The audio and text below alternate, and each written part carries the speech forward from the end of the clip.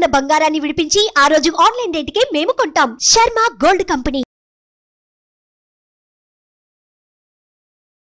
నమస్తే, welcome to Suman TV. నేను మీ యామ్ని. ప్రస్తుతం మనతో ఉన్నారు దైవాజ్ఞ బ్రహ్మశ్రీ వీరాపురం సుబ్రహ్మణ్య స్వామి జ్యోతిష్య వాస్తు ప్రవచన పండితులు గురువుగారు ఉన్నారు. గురుగారితో మనం మాట్లాడదాం. నమస్కారం గురుగారు. శుభాశీస్సులండి. గురుగారు, ఇప్పుడు బీఆర్ఎస్ ఎమ్మెల్యే లాస్యానందిత గారు కాలం చేయడం జరిగిందండి. సో అంటే ఇప్పుడు వాళ్ళకి సంబంధించి ఏమైనా మృత్యు దోషం అలాంటిది ఏమైనా ఉందంటారా? అంటే లాస్ట్ ఇయరే వాళ్ళ నాన్నగారు ఇదే టైంకి చనిపోవడం జరిగిందనమాట. సో ఆ విధంగా మనం ఏమైనా విశ్లేషణ ప్రకారం మీరు అడిగే ప్రశ్నకి వాస్తవమేనండి. ఎలా అంటే ఇవి అందరికీ అర్థం కావు. దాని గురించి మనము డీప్గా అన్వేషణ చేస్తే, అంటే రీసెర్చ్ అన్వేషణ చేస్తే ప్రతి విషయం కూడాను అనేక విషయాలలో అనేక కోణాల్లో, అంటే ఆల్ డైరెక్షన్లో మనం వాటిని పర్యవేక్షించాలి. అప్పుడే అర్థమవుతూ ఉంటుంది. రీసెర్చ్ అంటాం. ప్రతిదీ మనము అబ్జర్వేషన్లో గమనిస్తూ పోతుంటే మనకు అన్నీ కూడా అర్థమవుతూ ఉంటాయి. ఇవన్నీ తెలియని వాడు వాటిని అంతగా పట్టించుకోడు, లైట్ తీసుకుంటాడు. అయితే ఎవరు కర్మానుసారం ఏం జరగాలన్నది ఉన్నప్పటికీ దాన్ని కూడా తప్పించుకో తిరుగువాడు ధన్యుడు సుమి అని మనం చేసే విధి విధానం, మనం నడుచుకునే విధి విధానం కూడా ఉంటుంది. అయితే మన మధ్యలో మృత్యుదోషం అంటే ఏంటంటే ప్రమాదవశాత్తున, లేకపోతే యాక్సిడెంటల్గానా, అనారోగ్య సమస్యతోనా, లేదంటే ఇంకా ఇతరత్ర కారణాలు, ఫైర్ వలన అన్నది పక్కన పెట్టేస్తే ఎందుకు సంభవించింది ఆ యొక్క మృత్యు పైన అన్వేషణ అనేది మనం చేయాలి. అది అయితే ఏంటంటే ఇక్కడ వాళ్ళ నాన్నగారు సంవత్సరం ఇంకా కాకముందే వాళ్ళ నాన్నగారు చనిపోయారు. మళ్ళీ తర్వాత సంవత్సరం తిరగతలకి కూతురు దుర్మరణం చెందారు. అయితే ఇక్కడ ఏమిటంటే ఒక మనిషికి మృత్యు సంభవించింది అంటే ఆ మృత్యు యొక్క ప్రభావం ఏంటంటే తను చనిపోయిన వారం ఏంటంటే ఆదివారం కానీ, లేదా మంగళవారం కానీ, లేదా శుక్రవారం కానీ. ముఖ్యంగా చెప్పాలంటే మగవాళ్ళైతే ఆదివారము, మంగళవారము ఈ 2 రోజుల్లో వారదోషం ఉంటుంది. అయితే దీంతోపాటు తిథి కూడాను ప్రధానంగా తీసుకోవాలి. ఆ వారానికి సంబంధించి ఏ తిథి ఉంది, ఇందులో తిథి షష్ఠి కానీ, చవితి కానీ, షష్ఠి కానీ, లేదా అష్టమి కానీ, నవమి కానీ, ద్వాదశి కానీ, లేదా అమావాస్య కానీ కూడి ఉన్నట్టయితే ఆ యొక్క వారానికి ఈ వారము ఈ తిథి 2 కూడా కలిసి ఉన్నట్టు ప్రధానంగా తిథి వారం పరిగణలోకి తీసుకోవాలి. నక్షత్రాన్ని థర్డ్ ఆప్షన్లో తీసుకోవాలి. అయితే ఈ 2 కూడా ప్రధానంగా చూసుకోవాలి. ఎప్పుడు మరణించారు, అయితే ఆ మరణం ఏమిటి జరిగింది, దానికి అప్పుడే వెంటనే పరిష్కారం చేసుకోవాలి. ఏమిటి ఆ పరిష్కారం అంటే ఆ రోజుల్లో ఆ తిథుల్లో చనిపోయినట్టు అయితే ఆ మనిషితో పాటు ఇంకొక ప్రాణిని తీసుకెళ్ళాలి తోడుగా. అంటే మళ్ళీ ఎవరికి నష్టం జరగకుండా ఈ చావు కీడు అనేది ఇంకొకరికి రాకూడదు. అందరూ సంపూర్ణంగా ఆయుష్వంతులై వర్ధిల్లాలి.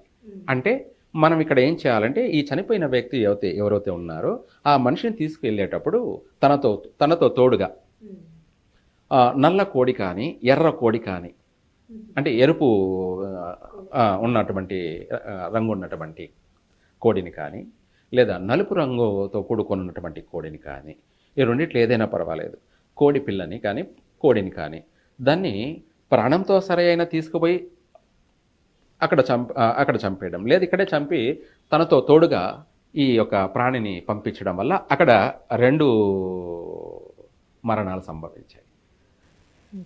అక్కడ ఆ చావు కీడు అనేది, ఆ దోష ప్రభావం అనేది అంతటితో పోతుంది.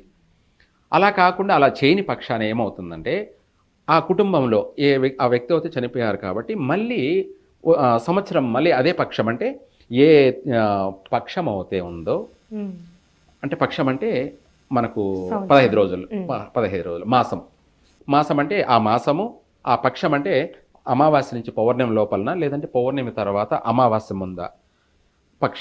అలాగే ఏ తిథి అయితే ఉందో ఆ తిథి ప్రకారంగా మళ్ళీ వచ్చే అదే మాసము, అదే పక్షము, ఆ తిథి లోపల సంవత్సరం అంటారు, తిథి వరకు.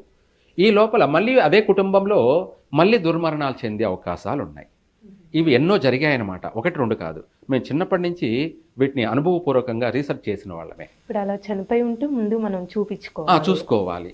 ఇది చూసుకొని పక్షాన కూడా మనం ఇలా చేసినట్టయితే ఆ ప్రభావం అనేది, ఆ నష్టం అనేది ఉండదు ఉండదు ఉండదు ఈ కోడి పిల్లని తనతో తీసుకెళ్లడం వల్ల. అలా చేయని పక్షాన ఆ సంవత్సరం లోపల మళ్ళీ ఆ ఇంట్లో నష్టాలు జరిగే అవకాశం, అంటే ఒకటి కాదు 2-3 నష్టాలైనా, అంటే మళ్ళీ 2-3 ప్రాణాలు కూడా జరిగే అవకాశాలు ఎక్కువగా ఉన్నాయి. అవి జరిగినాటివి, ఎన్నో జరిగినాటివి, ఎంతో మందిని చూసినాటివి, 1-2 కాదు, వేలల్లో ఉన్నాయన్నమాట. ఇది కాకుండా చౌకీడ్ అంటారు దానికి సందర్శించడానికి, అంటే ఆ చనిపోయిన వాళ్ళని చూడటానికి ఎవరెవరైతే బంధువులైతే ఉన్నారో, స్నేహితులైతే ఉన్నారో, ఎవరెవరైతే ఉన్నారో వాళ్ళు వచ్చి చనిపోయాడు కదా అని తనను వచ్చి చూసి వెళ్తూ ఉంటారనమాట.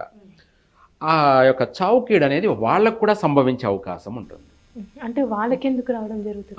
ఎవరి టైం అయితే బాగలేదో, ఎవరి టైం అయితే బాగలేదో, ఆ వచ్చిపోయే వాళ్ళలో ఎవరి టైం అయితే బాగలేదో వాళ్ళకి ఈ యొక్క చావుకీడు ప్రభావం, నెగిటివ్ అనేది సోకే అవకాశం ఉంది. ఆ నెగిటివ్ ఎలా వస్తుంది అంటే గాలి యొక్క దాన్ని పాజిటివ్ కానీ నెగిటివ్ గాలి కానీ పాజిటివ్ గాలి అని అంటారు. అలా వాళ్లకు సంభవించే అవకాశం ఉంది. ఆ తర్వాత అది చూసి వెళ్తూ వెళ్తూ కూడా యాక్సిడెంట్ జరిగి దుర్మరణం చెందే వాళ్ళు ఉన్నారు, జరిగినాటివి ఎన్నో ఉన్నాయి. తర్వాత వెళ్ళిన తర్వాత మళ్ళీ వాళ్ళ అనారోగ్యంతో మరణించిన వాళ్ళు ఉన్నారు. ఇలా లేదా ప్రమాదవశాత్తు కానీ మళ్ళీ సంవత్సరం లోపల నష్టం అనేది జరిగిపోతూ ఉంటుంది. ఇది చాలా ప్రధానమైన దోషాలన్నమాట. వీటిని మనము లైట్ తీసుకోవడం అనేది, అంటే జరుగుతాయో జరగవా అనే తీసుకోవడం అంటే అది వాళ్ళ ఇష్టం. ఇప్పుడు మగవాళ్ళకి కానీ ఆడవాళ్ళకి చూపించుకోవాలి కీడు ఉందో లేదా కంపల్సరీగా. చనిపోయినప్పుడు మనం వీటిని తెలుసుకోవాలి.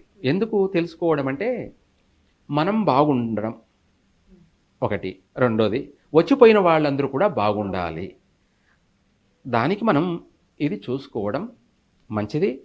అలాగే వాళ్ళకి దగ్గర అందుబాటులో ఎవరైతే గురువు గారు ఉన్నారో వాళ్ళను దాన్ని యొక్క విషయం గురించి తెలుసుకొని వాళ్ళ యొక్క చెప్పిన సలహా ప్రకారంగా వాళ్ళు ఆచరించడం ఏమవుతుందంటే ఇటు వీళ్ళు క్షేమంగా ఉంటారు, ఆ యొక్క వచ్చి చూసి వెళ్ళిన పరామర్శకులందరూ కూడాను క్షేమంగా ఉంటారు. ఇలా చేసినట్టు అయితే ఏ నష్టాలు జరగవు. ఇలా చేయని పక్షాన అది ఎంత నష్టాలకైనా దారితీస్తూ పోతూ ఉంటుంది. ఇవనేది జరిగాయా జరగలేదా అనేది పక్కన పెట్టేస్తే ఆ సమస్యను పడ్డవాడికి తెలుస్తుంది. ఎవరికైనా సరే ఒకరికి గాయమైంది, ఆ గాయం బాధ నొప్పి వాళ్ళకి మాత్రమే తెలుస్తుంది తప్ప చుట్టుపక్కల చూసే వాళ్ళకి ఇవన్నీ అర్థం కావుగా. చెప్తే కూడా ఎవడు నమ్మడు, వినడు. అది ఎవరి పెయిన్ వాళ్ళకే తెలుస్తుంది తప్ప చూసే వాళ్ళకందరికీ తెలియదు, వాళ్ళకి సంబంధం లేదు. కానీ వాళ్ళు కూడా బాగుండడానికే మనం చేయాల్సింది చెయ్యాలి. ఎవరు వచ్చి వెళ్ళిన వాళ్ళు కూడా బాగుండడానికి మనము ఈ విధంగా ఆ చనిపోయిన వ్యక్తిని ఏదైతే ఏ వారము తిది అనేది చూసుకొని దాని ప్రకారంగా మళ్ళీ వెంటనే ఒక కోడి పిల్లని తోడుగా తీసుకువెళ్ళినట్టయితే అక్కడితో ఆ దోషము, ఆ యొక్క కీడు అనేది పోతుంది. అప్పుడు ఈ కుటుంబానికి బాగుంటుంది, ఎటువంటి నష్టాలు జరగవు. వచ్చి వెళ్ళేటువంటి పరామర్శకులందరికీ, సందర్శకులందరికీ కూడాను ఎటువంటి నష్టాలు జరగవు, అందరూ క్షేమంగా ఉంటారు. ఇదే సమస్త లోకానం సుఖినో భవంతు అని కోరుకోవడం. ఈ కోరుకునేవాడే పండితుడు. అందరూ బాగుండాలి అన్నది చూసుకుంటూ ఉంటాడనమాట. అందుకు తనని వెళ్ళి అతని యొక్క సలహా ప్రకారంగా మనము తెలుసుకొని ఏదైతే చేయాలో ఆ కార్యక్రమాన్ని సక్రంగా చేస్తే ఆ పని చక్కగా సంపూర్ణంగా నెరవేరుతుంది. తర్వాత ఎవరికి ఎటువంటి నష్టాలు జరగవు. మళ్ళీ ఇతరత్ర ఇటువంటి ప్రమాదాలు, యాక్సిడెంట్లు, ఇటువంటి నష్టాలు, అకాల మృత్యువులు, ఇటువంటివన్నీ కూడా నివారణ చేసుకోవచ్చు. అది పర్సనల్ వాళ్ళే చేసుకోవాలి. అక్కడ అలా చేయడం వల్ల ఎవరికి నష్టాలు ఉండవు. అలా చేయని పక్షాన ఎంతమందికైనా కూడా నష్టం సంభవించే అవకాశం ఉన్నది. ఇంకా పోయిన తర్వాత చూసేది ఏముండదుగా. మనము సేవ్ కావడానికి చక్కగా మనం ఆచరించాల్సింది ఏమిటో అది మనం ఆచరించాలి. అప్పుడే మనం బాగుంటాం, అందరూ బాగుంటారు. చాలా చక్కగా తెలియజేశారండి. ధన్యవాదాలు. సర్వేజన సుఖినో భవంతు.